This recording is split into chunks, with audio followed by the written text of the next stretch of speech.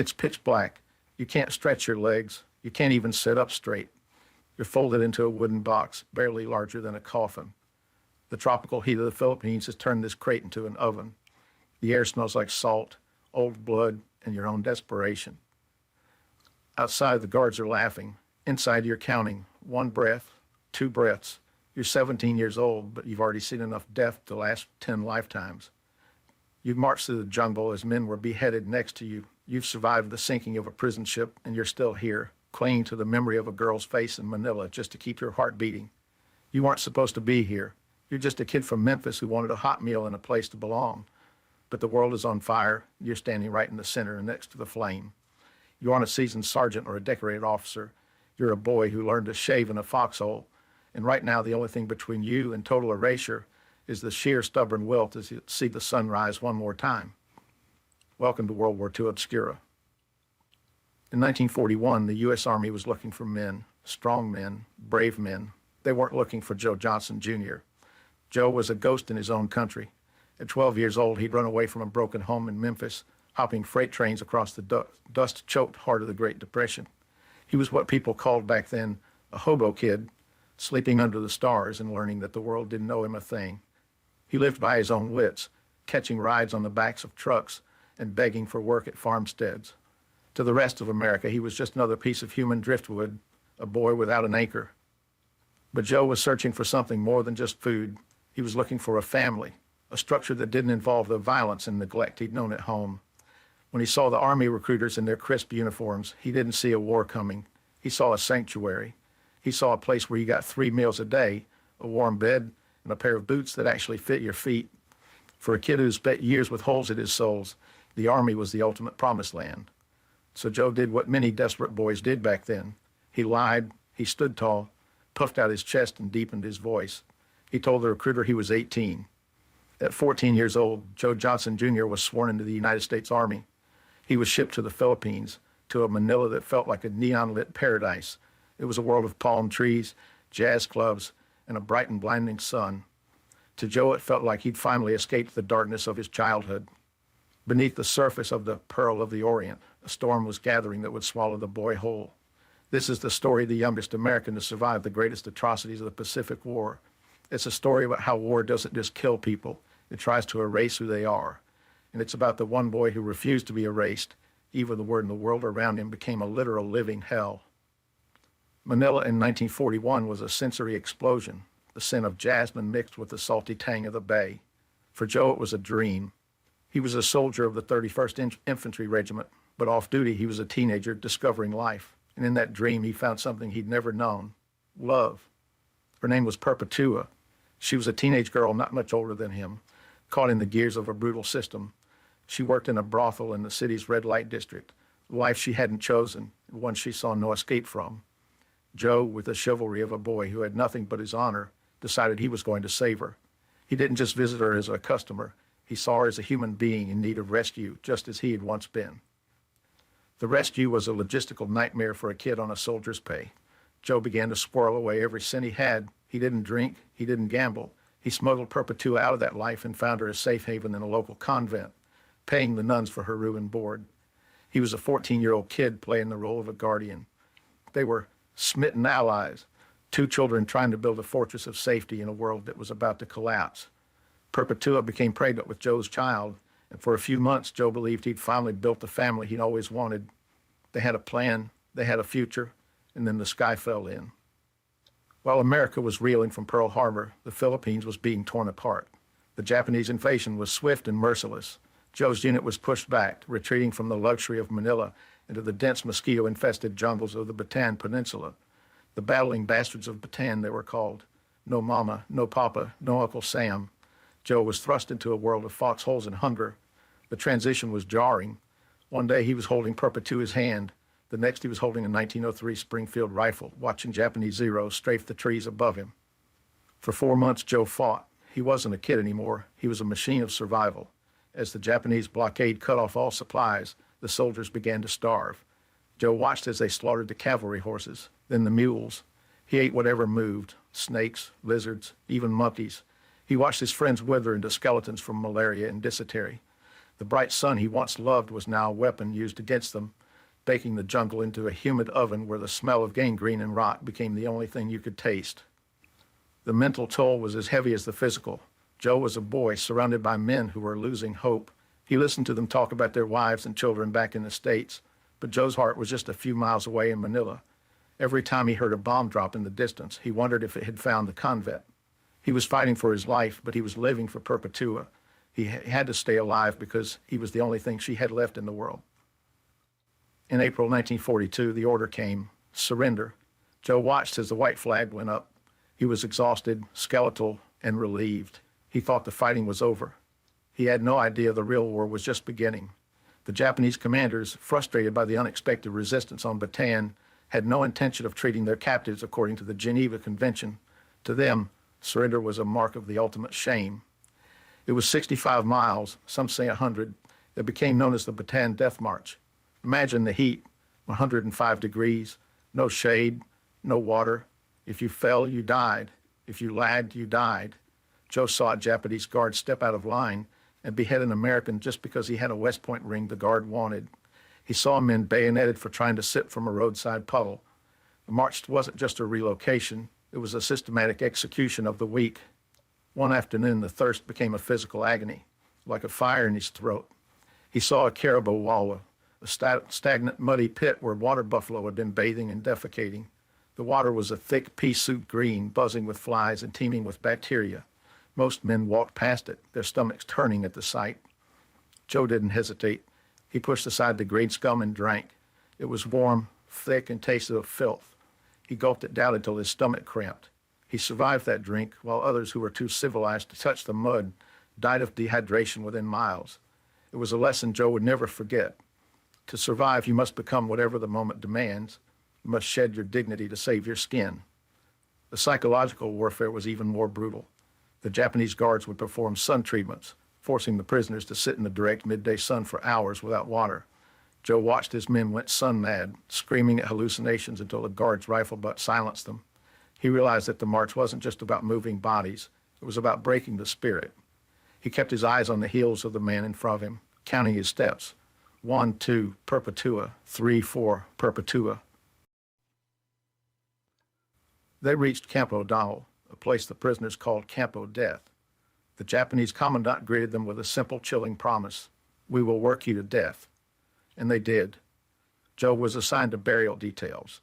Every day he carried the naked, emaciated bodies of his comrades to shallow pits, 10 at a time. He became detached, a ghost moving among the dead. He learned to handle the bodies with a mechanical coldness because if he looked too closely at the faces, he might see his own. One day he looked down at the body he was carrying. It was Lloyd Griever, the boy who had shared his last scrap of rice with Joe during the march. Joe's eyes filled with tears, but he didn't stop. He couldn't. Emotion was a luxury he couldn't afford if he wanted to see the end of this. He dropped Lloyd into the pit, said a silent prayer, and went back for the next one.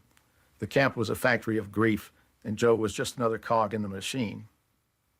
The conditions at O'Donnell were beyond description.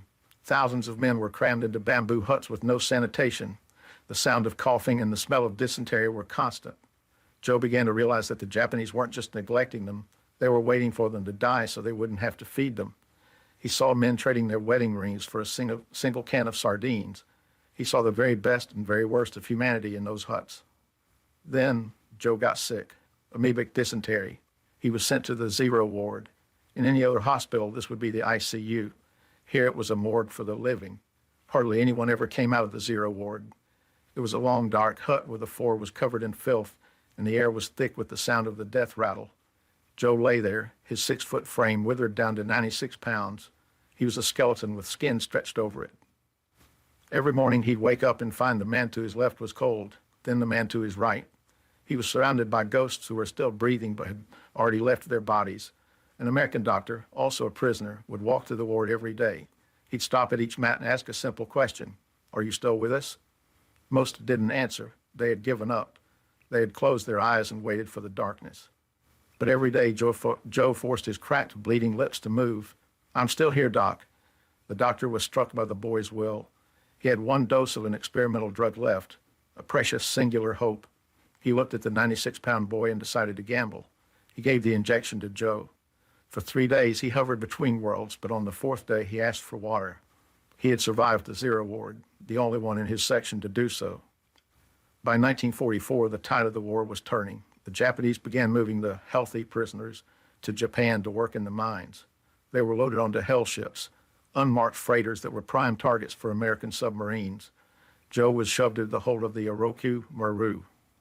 1,600 men were packed into a space meant for a fraction of that number. It was a literal hell. There was no air, no light. The heat in the hold rose to over 120 degrees. Men went blackout mad. The lack of oxygen and water led to a total breakdown of order. Men began to fight over a single cup of moisture. Joe saw men drinking their own urine, or worse, the blood of their neighbors. He stayed near a small vent, fighting to keep his place as men clawed at him. He realized that the ship was a floating pressure cooker, and it was only a matter of time before it exploded. Then it did. The American planes arrived. They didn't know the ship was carrying their own men. They saw a Japanese transport and they attacked. The sound of the bombs hitting the water was like being inside a giant drum. Joe felt the ship shudder as a direct hit tore through the upper deck. The Japanese guards, panicked and cruel, began firing their machine guns down into the hold to keep the prisoners from rushing to the ladders. The ship began to sink. The hold was filling with water and smoke. Joe scrambled through the chaos, through the screams of the wounded, and managed to find a gap in the wreckage. He leapt into the oily water of Subic Bay. He swam for his life, dodging bullets from the shore and the sinking ship. Of the 1,600 men who started the voyage, only 450 would make it to Japan. Joe Johnson Jr. was one of them. He'd survived the march, the ward, and the sea. He ended up at Fukuoka Camp number 17, Omuta.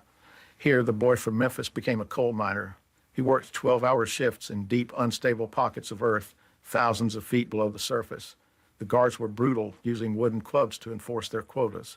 Joe learned enough Japanese to anticipate the guards' whims.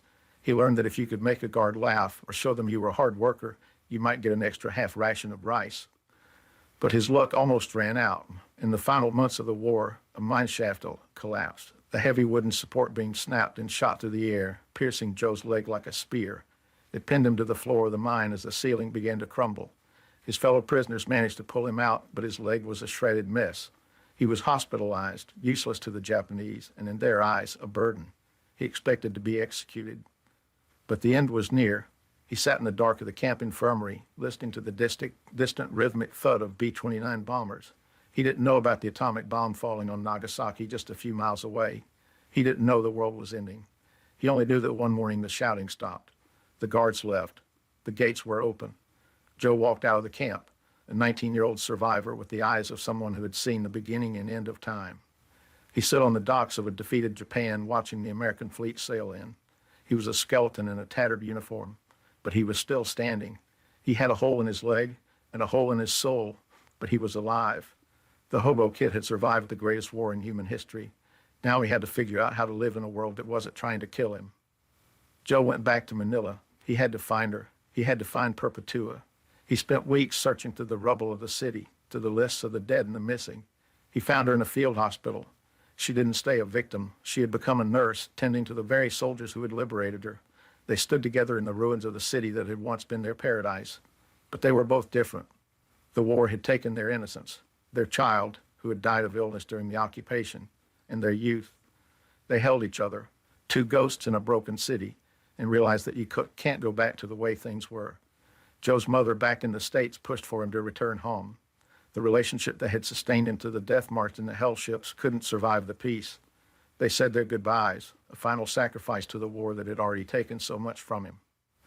But Joe's story didn't end with a discharge paper and a quiet life in Tennessee. No, after experiencing the worst of the human condition, you might expect a man to never want to see a uniform again. But Joe was a soldier at his core. When the Korean War broke out in 1950, Joe was there. He traded the tropical jungles of the Philippines for the frozen ridges of Korea. He transitioned into the United States Marine Corps, serving as a leatherneck and bringing his hard-won survival skills to a new branch of service. Later, he joined the U.S. Air Force, finding himself once again at the front lines of the global conflict.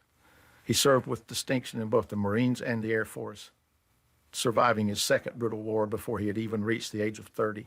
To Joe, service wasn't just a duty, it was the framework of his entire existence, the only world where he truly felt he belonged after his childhood was stolen by the Great Depression, and the Japanese occupation.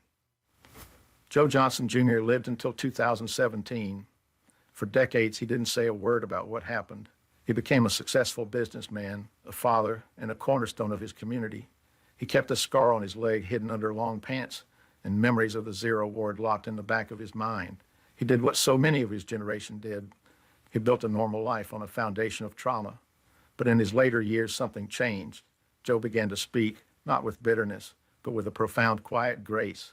He talked about the Japanese guards not as monsters, but as men caught up in the same madness as he was. He talked about forgiveness. He realized that holding on to the hatred was like staying in that wooden cage forever. To be truly free, he had to let the war go.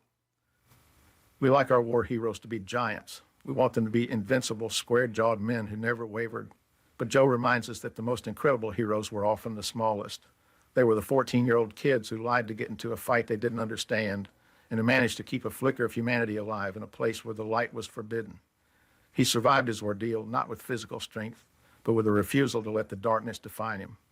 Joe Johnson Jr. was the boy who wouldn't be erased, and his story reminds us that even in the deepest pit of human cruelty, the soul can find a way to climb back into the light. If you want to see more forgotten stories, hit like, subscribe, and leave a comment with a person or mission you think we should cover. Thank you for watching, and remember, history is larger than we could ever imagine.